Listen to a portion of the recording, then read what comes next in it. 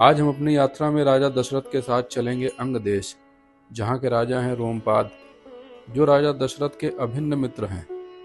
ऋष्यशृंग भी वहीं निवास करते हैं।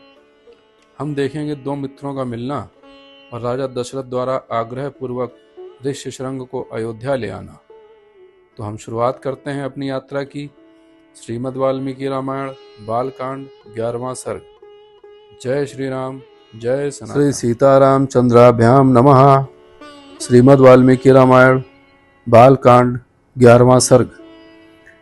सुमंत्र के कहने से राजा दशरथ का सपरिवार अंगराज के यहाँ जाकर वहां से शांता और ऋष्यशृंग को अपने घर ले आना।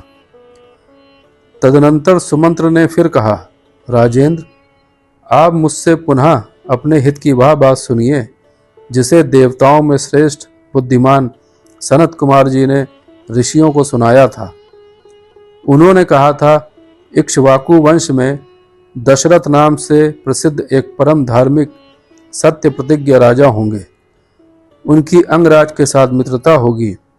दशरथ के एक परम सौभाग्यशालिनी कन्या होगी जिसका नाम होगा शांता।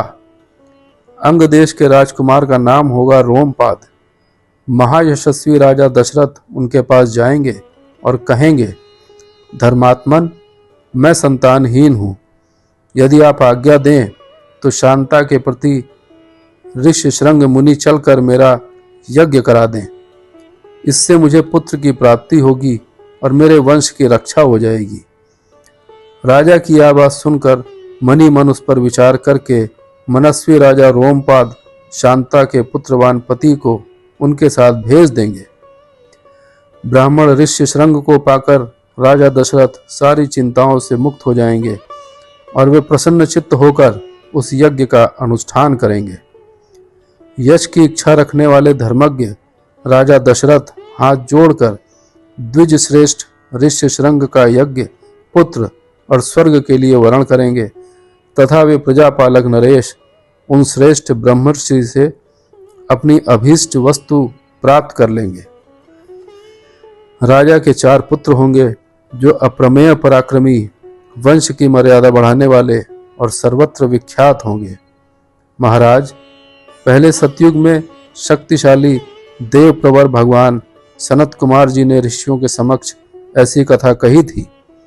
पुरुष सिंह महाराज, इसलिए आप स्वयं ही सेना और सवारियों के साथ अंग देश में जाकर मुनि कुमार ऋष्यशृंग को सत्कार पूर्वक यहाँ ले आइए।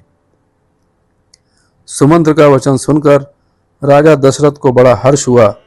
उन्होंने मुनिवर वशिष्ठ जी को भी सुमंत्र की बातें सुनाई और उनकी आज्ञा लेकर रनिवास के रानियों तथा मंत्रियों के साथ अंग देश के लिए प्रस्थान किया, जहां विप्रवर ऋष्यशृंग निवास करते थे।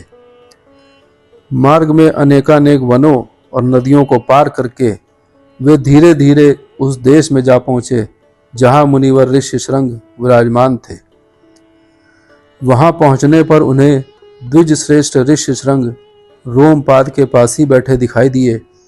वे ऋषि कुमार प्रज्वलित अग्नि के समान तेजस्वी जान पड़ते थे।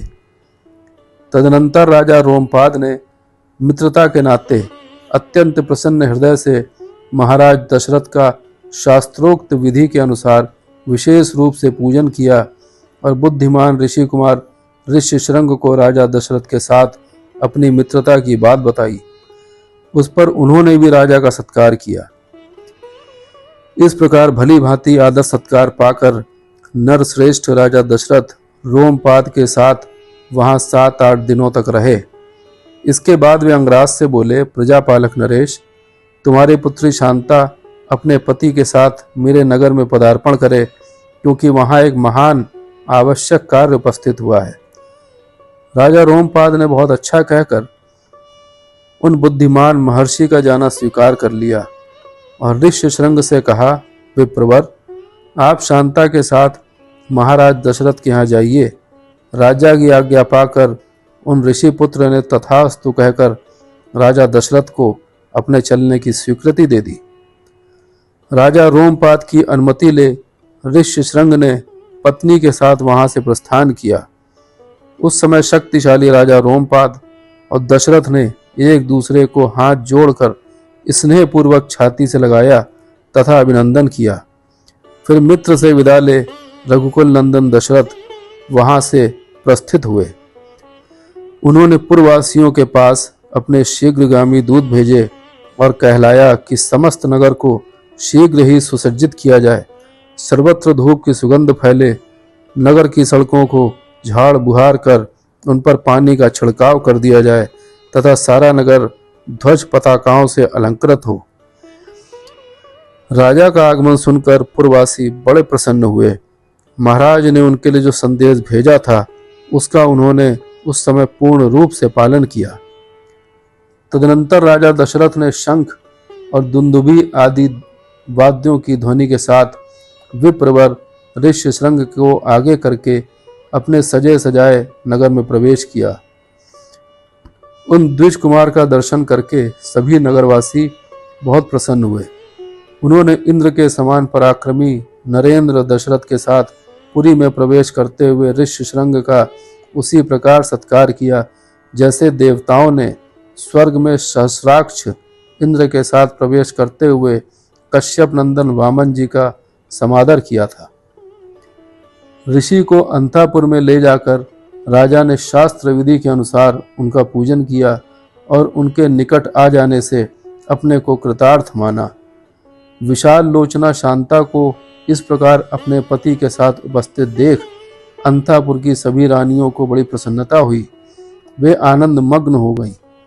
शांता भी उन रानियों के साथ तथा विशेषतः महाराज दशरथ के द्वारा आदर सत्कार पाकर वहां कुछ काल तक अपने पति विप्रवर ऋष्यशृंग के साथ बड़े सुख से रहीं। इस प्रकार श्री वाल्मीकि निर्मित आर्ष रामायण आदि काव्य के बालकांड में 11वां सर्ग पूरा हुआ। तो मित्रों, हमारी आज की यात्रा यहीं पूर्ण होती है। अगले चरण में हम फिर अयोध्या राजा दशरथ के महल में होंगे, जहां वे अपने मंत्रियों को यज्ञ की तैयारी करने का निर्देश देते हैं। आपको यदि ये यात्रा पसंद आ रही है तो कृपया चैनल को सब्सक्राइब करिए, लाइक करिए और ज़्यादा से ज़्यादा लोगों तक इसे पहुंचाएं ताकि वे भी हमारी इस यात्रा में साथी बने। धन्यवाद। जय सनातन।